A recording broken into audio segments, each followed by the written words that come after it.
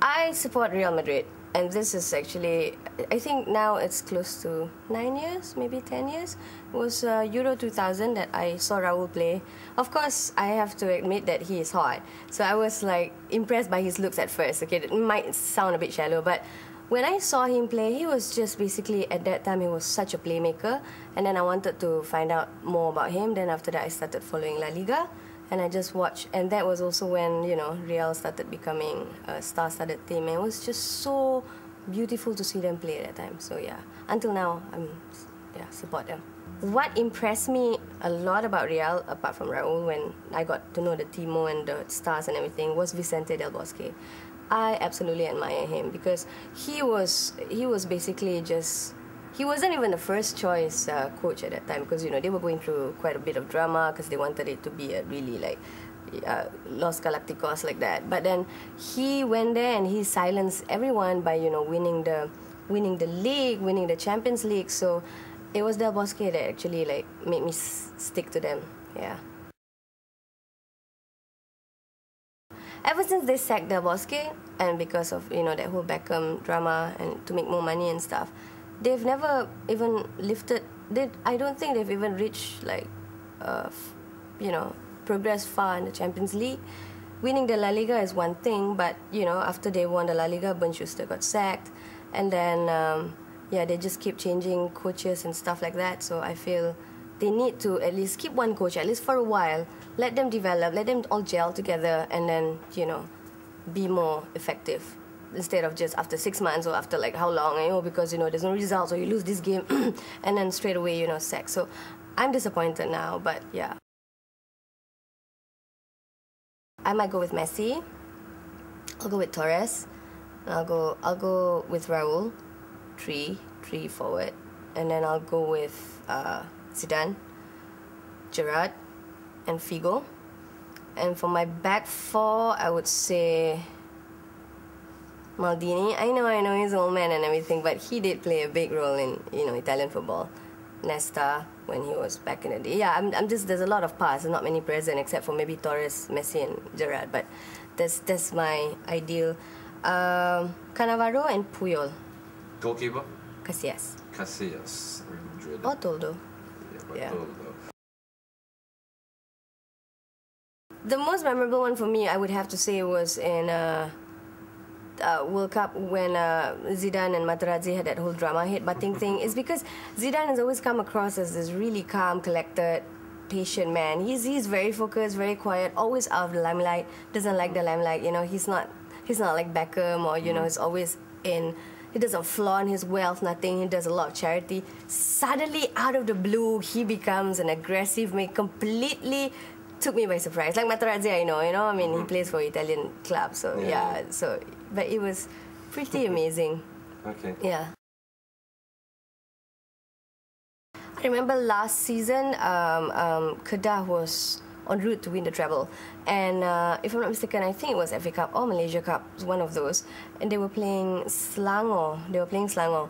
But that atmosphere was at Bukit Jalil Stadium. It was just so amazing. I mean, you know, you always see, especially in Malaysia, they all watch English Premier League. Premier League is like, oh, you know, Wembley, all the fans are like, but it's so beautiful in Malaysia as well, because you see like green and yellow and red and yellow on one side, so it's so colourful, so beautiful. There with their banners and everything, and it was very exciting. It was very joyous to see, but at the same time, it was also very emotional because in my job line, I've also gotten to know the Kedah coach, the Kedah players, Selangor coach, Selangor players, being close to them, and I know how vital are the foreigners to them. In making them go far in the league and improving their performance. And that particular match, even though Kedah won and they won the treble, but it was very emotional to them because it was the last match that the foreign players could play, because after that there was the whole ban on foreign players.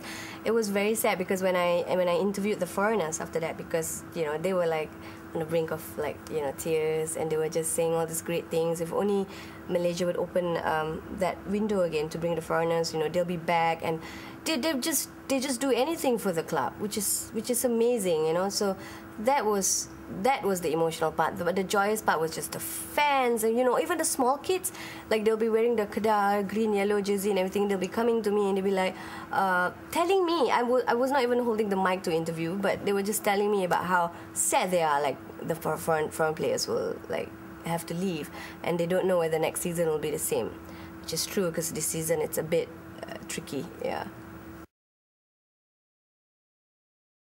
Sometimes they get a bit over emotional. I mean, I know you can be like crazy and you can be crazy passionate, but you look like when who was playing the other day? Was it Manchester? It was the recent match. Manchester United Tottenham? No, it was Chelsea Liverpool when Liverpool got kicked out. Yeah. And they were just talking after the match, even though Liverpool didn't make it and Chelsea did. In the quarterfinal stage, before the quarterfinal stage, yeah, that stage, it was nice to see, it's sportsmanship and everything. Yes, they fight, they're as rivals and whatever it is, but with the fans, oh my God, the things they say to each other, and they just go on for days. I tell you, if their team wins, they'll be gloating, and if the loser team, they have 1,000,001 excuses to, So I think it's nice. It's really nice because it's healthy and all, but sometimes it can get a bit unhealthy as well when it becomes too. It gets like they just keep dissing their opponent. Yeah, that part is not that fun sometimes. I don't think so. Yeah, because like let's just say, for instance, it's not happening.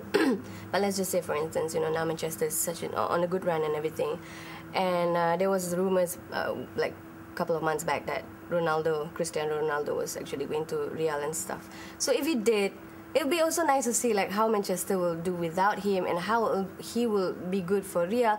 I think the transfer window kind of brings the excitement again, because you don't know who they're buying, who they're selling. Is it the right decision? Is it not? Will it do them good in the season or not? So I think it just adds the thrill to it. Yeah. It will be football up close, like what John Dyke's doing. Oh, I so envy him.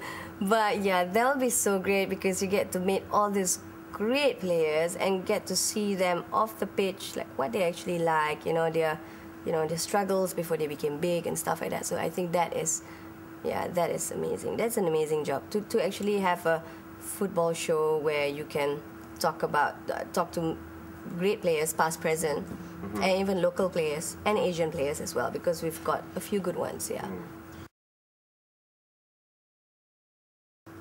No, I've played futsal before. I suck at it. I do play sports. I play badminton. I play squash. More racket because I guess I'm not that tall anyway, and I don't run that fast to play football. But when I was growing up, it was basically I'm the only child, so I'm the son. I'm the daughter. All right. Yeah. So when my dad. So I'm also a very girly girl, but also when it comes to sports, I'm always there with my dad. Like World Cup, I still remember like we'll be staying up and watching it and stuff. So that's where my passion for football came, like when I was really young, really, really young, watching it with my dad, yeah.